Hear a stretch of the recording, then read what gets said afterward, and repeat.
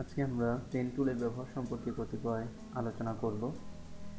Pen tool হচ্ছে Illustrator এমন একটি টুল যেটা ছাড়া ইলাস্ট্রেটরের কাজ বা যে কোনো আর্ট কল্পনা করা যায় না।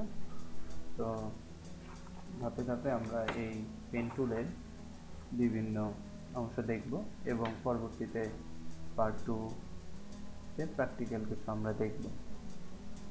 তো পেন টুল এর শর্টকাট হচ্ছে কি,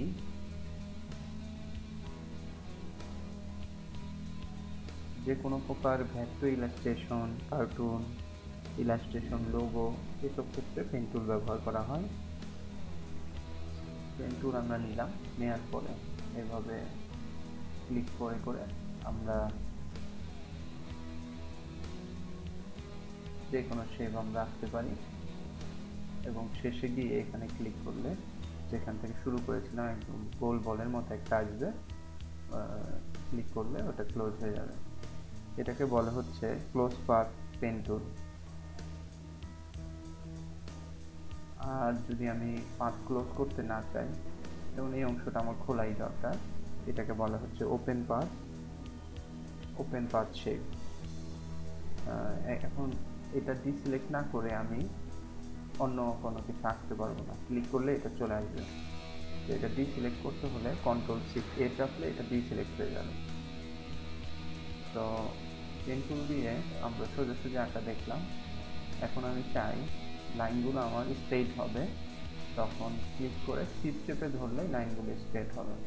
উপরে নিলে 45 ডিগ্রি অ্যাঙ্গেল হয়ে সে স্ট্রেট হবে। আবার শিফট চেপে ক্লিক করলাম, আবার করলাম, আবার উপরে নিয়ে করলে 455 ডিগ্রি অ্যাঙ্গেল হবে, আর নিচে নিয়ে করলে 45 ডিগ্রি। দেন এখানে আমি শিফট চেপে করলে স্ট্রেট, দেন এখানে করলে 45 ডিগ্রি। এইভাবে করে এটা অঙ্কন করা যায়। তো এই সবগুলো আমরা বাদ দিয়ে দিই।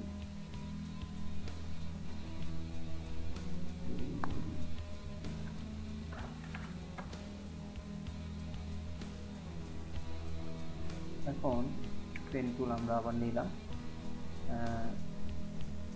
ক্লিক করে শিফট চেপে আমরা স্ট্রেট একটা আঁকলাম, দেন আবার শিফট চেপে, দেন আবার এখানে ক্লিক করে ড্র্যাগ করলে এটা এরকম রাউন্ড আকারে হয়ে যাবে। তো এই যে পয়েন্টারগুলো দেখা যাচ্ছে এটাকে বলা হচ্ছে হ্যান্ডেলস। এই হ্যান্ডেল দিয়ে এই রাউন্ড শেপটাকে আমরা কম বেশি করতে পারি। আবার ক্লিক করে একটা রাউন্ড হয়ে গেল, আবার শিফট চেপে ক্লিক করি, আবার এখানে ক্লিক করে ধরে ড্র্যাগ করি, এই রাউন্ড শেপ হলো। এখানে আবার আমি ক্লিক করি, আবার শিফট চেপে এখানে ক্লিক করি। এইভাবে করে আমরা যে কোনো রাউন্ড শেপও আঁকতে পারবো।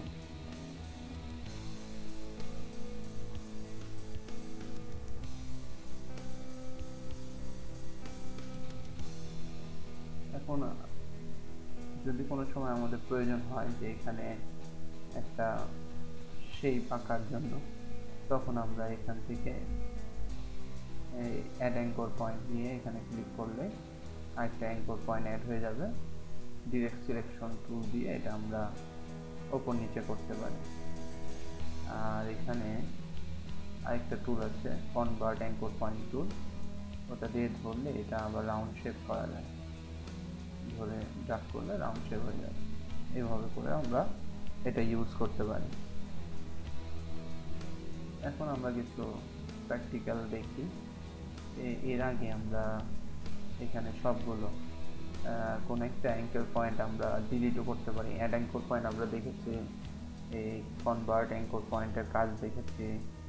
এখন ডিলিট অ্যাঙ্কর পয়েন্টটা দেখি, যে আমি প্রথমে এটা সিলেক্ট করে নিলাম, সিলেক্ট করে ডিলিট অ্যাঙ্কর পয়েন্ট নিয়ে এখানে ক্লিক করলাম, ওই অ্যাঙ্কর পয়েন্টটা ডিলিট হয়ে গেল। এটা হচ্ছে ডিলিট অ্যাঙ্কর পয়েন্টের কাজ। এরপরে ডিরেক্ট সিলেকশন টুলটা পেন টুলের সময় ব্যবহার করা হয়।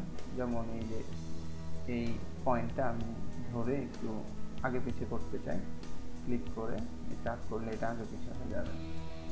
অতঃপর এটা আমি আগে পিছু করতে চাই, ক্লিক করে আমি যেখানে খুশি এটা নিয়ে যেতে পারি। এছাড়া এখানে পয়েন্ট আছে, আমরা উপর নিচ করতে পারি। এখন এইটাকে রাউন্ড করতে চাইলে এখানে এই convert to anchor point tool আছে, এটা ধরে এইভাবে করে আমরা রাউন্ড করতে পারি। ওকে, নাও আমরা কিছু প্র্যাকটিক্যাল দেখি যে কীভাবে।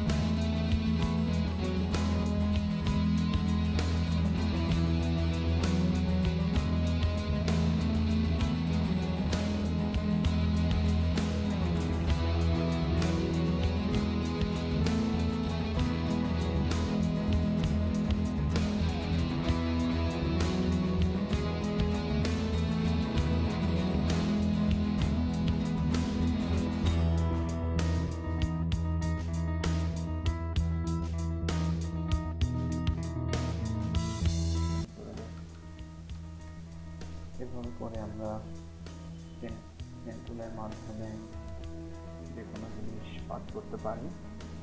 আজকে এই পর্যন্তই। নমস্কার।